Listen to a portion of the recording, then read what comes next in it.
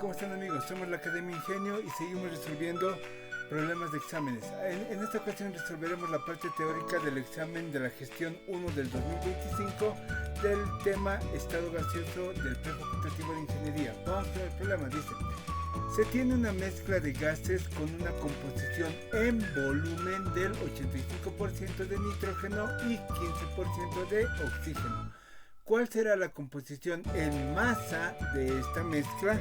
Y ahí tienes las opciones. Inciso A, 40% de nitrógeno, 60% de oxígeno. Inciso B, 60% de nitrógeno y 40% de oxígeno. Inciso C, 88,31% de nitrógeno y 11,69% de oxígeno.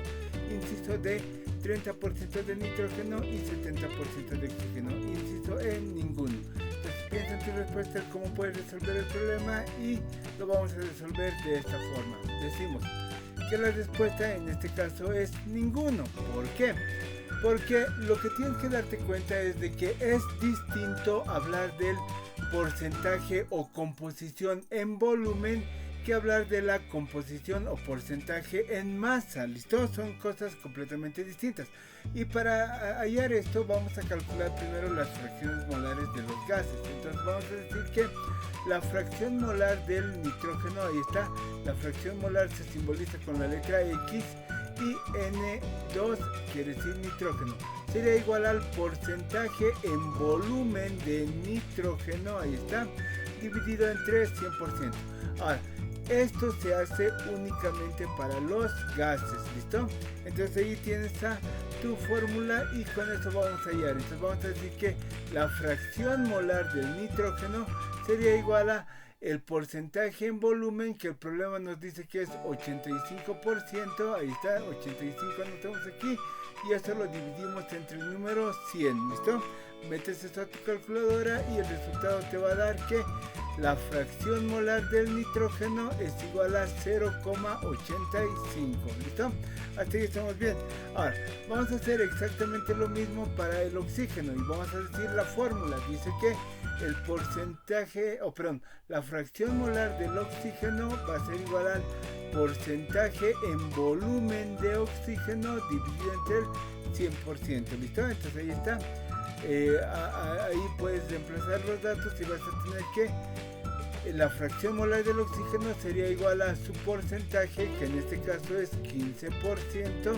Ahí está, anotas el número 15 y lo divides entre 100 y el resultado te da de 0,15. Ahí está, esa es la fracción molar del oxígeno. Ahora, solo para hacerte recuerdo, tienes que acordarte de que las fracciones molares siempre tienen que ser menores a 1, ¿listo? Ahí está, como estás viendo los resultados. Ahora vamos a calcular el peso molecular promedio de la mezcla, ¿listo? Entonces, para calcular el peso molecular promedio decimos la siguiente fórmula, y aquí está, ¿no? Dice el peso molecular promedio, que eso indica la rayita que está en esta parte de arriba, sería igual a la fracción molar del primer componente, el nitrógeno, por el peso molecular, M mayúsculo, que es el peso molecular del nitrógeno, N2, ¿ya? Más la fracción molar del segundo componente, ahí está, la fracción molar del oxígeno, por el peso molecular de ese componente, ahí está el peso molecular del oxígeno, ¿listo? Entonces aquí vamos a reemplazar los datos y vamos a tener esto, vamos a tener que el peso molecular promedio de la mezcla sería igual a su fracción molar, que sería 0,85, por el peso molecular del nitrógeno, que sería 28 gramos dividido entre mol, ¿listo? Aquí tienes que estar claro de que al nitrógeno y al oxígeno se les coloca con el subíndice 2, ya este subíndice 2 que está aquí, por si acaso, ya nitrógeno 2, dice, para hallar su peso molecular, y aquí lo mismo, ¿no? Oxígeno 2 para hallar sus pesos moleculares, ¿listo? Entonces ahí está. Y dices que eso lo sumas con la fracción molar del nitrógeno, del oxígeno, que es 0,15 multiplicado por su peso molecular, que sería 32 gramos dividido entre mol. Solo por este caso, estos pesos moleculares te los enseñamos a calcular paso a paso en los problemas fáciles, pero solo por este caso tienes que el peso atómico del oxígeno es de 16. Pero como el oxígeno está escrito 2 veces, tienes que multiplicar 16 por 2 y eso sería igual a 32. De ahí sale el 32 gramos mol. Lo mismo para el nitrógeno. El peso atómico del nitrógeno es 14. Pero como el nitrógeno está anotado 2 veces, tiene que ser 14 por 2 y el resultado sería 28. ¿Listo? Entonces todo esto metes a la calculadora y el resultado que te da es 28,6 gramos mol. Ese es el peso molecular de la mezcla gaseosa. ¿Listo?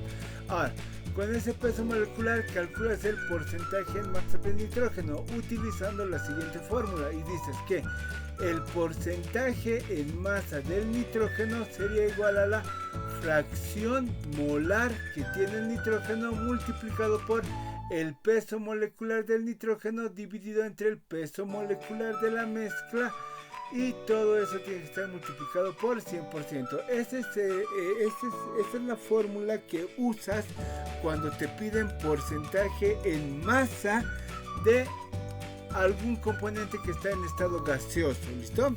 Ya, porque si estuviera en estado líquido o sólido utilizarías la fórmula de porcentaje directamente. ¿Listo? Entonces ya está. Y dice ahí de que el porcentaje en masa del nitrógeno sería igual a 0,85 multiplicado por 28 dividido entre 28,6 y multiplicado por 100%. Y ahí tienes al porcentaje en masa de nitrógeno, que sería igual a 83,23%. Y esa es tu primera respuesta. ¿Listo?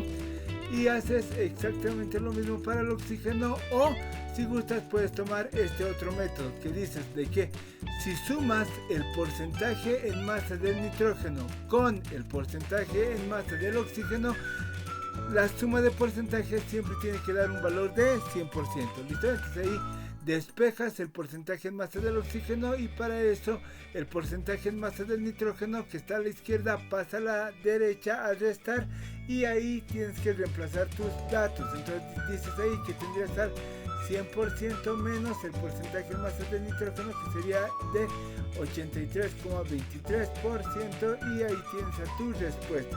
El porcentaje en masa de oxígeno sería igual a 16,78%. Bien facilito, ¿no?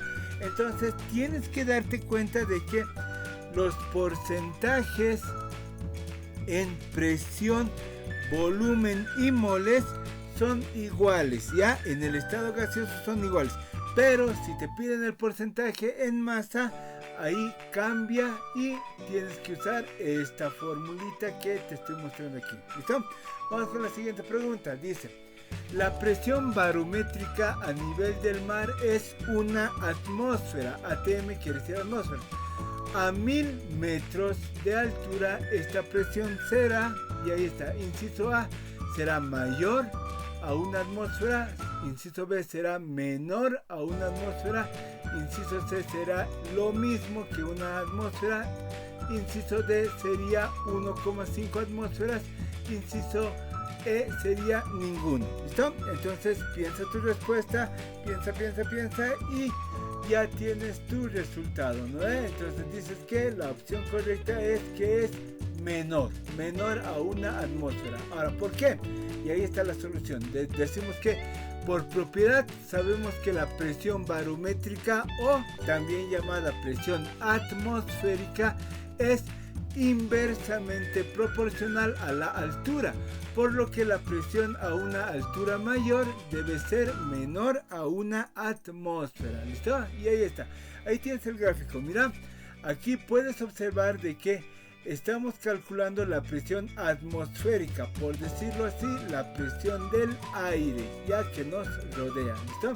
Entonces tienes que darte cuenta de que cuando estás aquí en el nivel bajo, ya digamos a nivel del mar, ya tienes una presión atmosférica o una presión barométrica alta. ¿Por qué?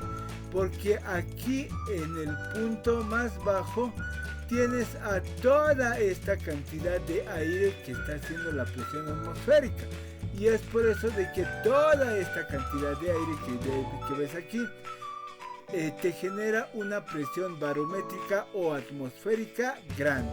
¿listo? Pero mientras vas subiendo, aquí por ejemplo, cuando estés aquí arriba, ya no tienes a toda esa cantidad de aire, ya tienes a menor cantidad de aire. Es por eso que la presión atmosférica o la presión barométrica reduce. Ahora, cuando vas subiendo mucho más, digamos, a esta parte de aquí, ya tienes solamente a esta cantidad de aire aquí. Y como tienes a menor cantidad de aire, es por eso de que dices que tu altura ha crecido. Y a eso se le llama inversamente proporcional. Si la altura crece, la presión barométrica rebaja.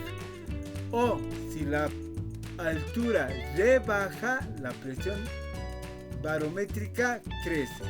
Es por eso que tu respuesta correcta es el inciso B. ¿Listo? Vamos con la siguiente pregunta. Dice: un manómetro en U con un líquido de densidad relativa igual a 0,96 marca una altura de desplegada de 17 centímetros. Pregunta: ¿cuál es la presión manométrica en milímetros de mercurio? Ya mmHg quiere decir milímetros de mercurio. Entonces ahí está. Inciso A, 17 milímetros de mercurio. Inciso B, 1,2 milímetros de mercurio. Inciso C, 16,32 milímetros de mercurio. Inciso D, 12 milímetros de mercurio. Inciso E, ninguno. ¿Listo? Y ahí tienes para pensar a tu respuesta. ¿Listo? Entonces ya está. Y decimos que la respuesta correcta es 12 milímetros de mercurio. ¿Listo? Para demostrar eso vamos a calcular la densidad absoluta del líquido. ¿Listo? Entonces ahí vamos a colocar la fórmula de densidad relativa. Ahora, te tienes que acordar de que la densidad relativa no tiene unidades. Y aquí está, ¿no? Aquí estás usando la densidad relativa que vale 0,96. Entonces no tiene unidades. Cuando quieres calcular con la densidad tienes que usar esta fórmula. Dices que la densidad relativa, esta R quiere decir relativa, es igual a la densidad absoluta dividida entre la densidad patrón conocida, que en este caso sería el agua. Y la densidad patrón es la densidad del agua cuando estás usando líquidos o sólidos. ¿Listo? Pero la densidad patrón sería el aire cuando estás utilizando gases. Ya en este caso estamos utilizando el líquido y es por eso que utilizamos la densidad del agua.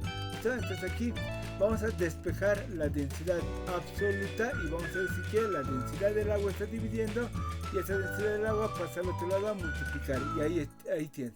Dices que la densidad relativa se estaría multiplicando por la densidad del agua y eso te daría de resultado la densidad absoluta.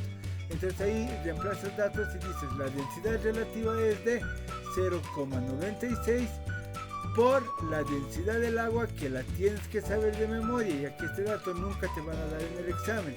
Y dices que la densidad del agua es de 1 gramo dividido entre centímetro cúbico. ¿Listo? Y ahí haces la operación en tu cabeza y dices que 0,96 por 1 sería lo mismo que decir 0,96 gramos dividido entre centímetros cúbicos. ¿Listo? Ahora, cuidado que alguien diga el profe está perdiendo el tiempo. No, lo que pasa es que es distinto trabajar con una unidad adimensional, o sea que no tiene dimensiones, a trabajar con una unidad que sí tenga dimensiones, y lo vas a ver al final de este problema. Ahora, esto lo vamos a llevar a unidades del sistema internacional, o sea, la masa en este momento está en gramos, pero hay que llevarlo a kilogramos, ¿ya? Y el volumen está en centímetro cúbico, pero hay que llevarlo a metro cúbico. Ahorita te voy a decir el por qué. Y dices, ¿no?, que la densidad es igual a 0,96 gramos dividido entre centímetro cúbico, y el primer factor que haces aquí es el de la masa, y dices multiplicado, abres la área de división y este factor de conversión tienes que saberlo, ya que no te van a dar nunca en examen. Dices que decir 1000 gramos es lo mismo que decir 1 kilogramo. ¿Listo? Ahí está el factor de conversión. Ahora, ya está en kilogramos. Ahora vamos por el volumen. Dices, como centímetro cúbico tienes abajo, ahora tienes que anotar el centímetro cúbico arriba, y este factor de conversión también lo tienes que saber de memoria, ya que no te lo van a dar en el examen. Dices que decir 1000 centímetros cúbicos es lo mismo que decir 1 litro. ¿Listo? Ahí está, ya está en litros. Pero no queremos a litros, queremos a metro cúbico. Entonces haces un nuevo factor de conversión, igual lo tienes que saber de memoria, y dices que decir 1000 litros es lo mismo que decir 1 metro cúbico. ¿Listo? Y eso lo metes a la calculadora y ahí tienes a tu respuesta, que sería 960 kilogramos dividido entre metro cúbico. ¿Listo? Hasta ahí estamos viendo, ¿ves? Ahora, estos problemas de factores de conversión te los enseñamos paso a paso en los problemas iniciales del curso que tienes que revisarlo. ¿Listo? Ahí está. Entonces dices que la densidad del líquido en este caso es de 960 kilogramos dividido entre metro cúbico. Ahora, con esto vamos a calcular la presión manométrica. ¿Listo? Y ahí está la fórmula para calcular la presión manométrica. Dices que la presión sub M, esto quiere decir presión manométrica, es igual a la densidad multiplicada por la gravedad y multiplicada por la altura. ¿Listo? Ahora, aquí puedes ver a un manómetro en U. Un manómetro en U simplemente es un tubo que tiene la forma de U en donde se almacena un líquido. ¿Listo? Ahora, aquí tienes al gráfico, aquí está, mira, el líquido, ahí está con color plomo, ¿ya? Y este líquido lo que va a hacer es generar una presión. Ahora, esa presión va a estar generada por esta diferencia de alturas que tienes entre el líquido que tiene su rama superior y tiene su rama inferior. Entonces, a esta altura nos estamos refiriendo cuando colocamos esta H. ¿Listo? Ahora, te preguntarás, ¿y por qué hemos llevado la densidad a unidades del sistema internacional? O sea, a unidades de kilogramos sobre metro cúbico. Es porque íbamos a usar la gravedad. Y cuando usas la gravedad, aquí está el valor de la gravedad que tienes que saber de memoria, que vale 9,81 metros dividido en 3 segundo al cuadrado. Entonces es por esa razón de que para usar esta fórmula todo tiene que estar en el sistema internacional. ¿Listo? Y la altura que te decía el problema era de 0,17 metros. Ahí está. Entonces todo está en el sistema internacional. Metes esta a tu calculadora y tienes a la presión manométrica, que sería igual a 1600,992 pascales. ¿Listo? Ojo. El resultado de todas estas unidades de aquí te da al pascal. ¿Ya? Eso también te lo estoy enseñando en otras preguntas teóricas, que es el pascal. ¿Listo? Ahora, este pascal tienes que llevar a milímetros de mercurio, tal y como te decía el problema. Entonces dices ahí que la presión manométrica sería igual a 1600,992 pascales. Y te acuerdas del factor de conversión, que lo tienes que saber de memoria, y dices que decir 101.3 por 10 elevado a la 3 pascales es lo mismo que decir 760 milímetros de mercurio. Metes eso a tu calculadora y el resultado ahí te da que es 12 milímetros de mercurio la presión manométrica. ¿Listo?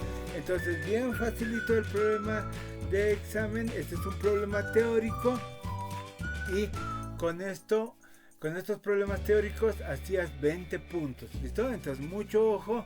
Y estos problemas de factores de conversión, de fórmulas, te los enseñamos paso a paso en el curso. ¿Listo? Vamos al problema siguiente. Dice: la ley de Charles se aplica a procesos, inciso A, isotérmicos, inciso B, isotónicos, inciso C, isoeléctricos, inciso D, isobáricos, inciso E, ninguno. ¿Ya? Y entonces piensa tu pregunta, piensa, y tienes que la respuesta correcta sería el inciso D, que sería isobáricos. ¿Listo? Entonces ahí tienes a la ley de Charles, y la ley de Charles se da cuando la presión, aquí está, mira, esta pesita te está generando la presión. La presión es la misma en todo el proceso. Entonces mira, aquí tienes a una sola presión, aquí tienes a otra presión, ahí tienes a otra misma presión y ahí tienes a la misma presión, ¿listo? Ahí está, entonces está la misma presión, ¿listo? Ahora, esta presión equivale a la presión que hace el gas en esta parte, ¿listo? Ahora, te tienes que dar cuenta de que el gas genera presión cuando se choca contra las paredes del recipiente que los contiene. Ya esa es pregunta teórica típica de examen, ¿listo? Entonces ahí está, dices que la presión es la misma y como la presión es la misma, es por eso que se llama proceso isobárico, ¿listo? Cuando hayas o cuando leas algún proceso isobárico te tienes que dar cuenta de que la presión es la misma, ¿listo? Ahí tienes a la gráfica de la ley de Charles cuando tienes a un gas, ya, el cual está variando el volumen según varía la temperatura, ¿listo? Y aquí tienes a la fórmula de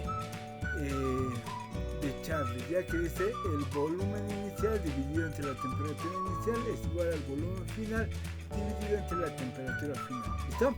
Pero a esto se le llama el proceso isobárico. Listo, vamos a la siguiente pregunta. Dice, para aplicar la ley de Amagat, ¿qué variables deben ser constantes? Ahí está, ¿no? Inciso A, la presión y la temperatura. Inciso B, los moles y la temperatura. Inciso C, la presión y los moles. Inciso D, el volumen y la temperatura. Inciso E, ninguno. ¿Listo? Ahí está, tienes tiempito para pensar y ya tienes a tu respuesta, ¿no?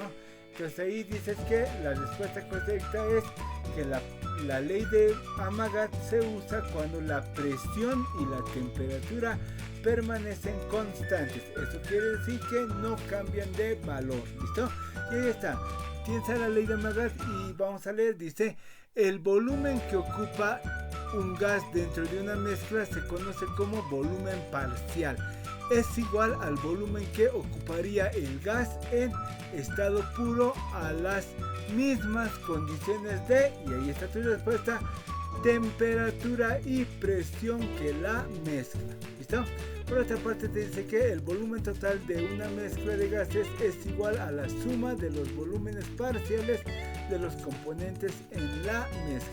Entonces esto tienes que saber bien de que cuando hagas algún problema en donde esté constante la presión y la temperatura, ahí estás haciendo Amagat. Y cuando haces Amagat puedes utilizar la suma de volúmenes. Ya puedes decir que el volumen del gas 1 sumado con el volumen del gas 2 sería igual al volumen de la mezcla. ¿Listo? Pero esto es para Amagat, ya que en otros casos que no sean Amagat, ya sabes de que los gases no tienen volumen propio y se toma al volumen del recipiente como volumen de cada uno de los gases en la mezcla, así también como el volumen de la mezcla de gases. ¿Listo? Entonces mucho ojo con eso. ¿Listo? Pero cuando tomes eso, seguramente cambiará la temperatura o cambiará la presión o cambiarán los dos en conjunto. ¿Listo? Pero si no cambian ni la temperatura ni la presión, estás usando Amagat. ¿Listo? Ahí estamos. Ahora, no te olvides de que tienes que suscribirte y compartir para que sigamos resolviendo otros problemas de examen tal como lo hicimos en esta ocasión. Resolvimos el problema de la gestión 2025 de la Facultad de Ingeniería.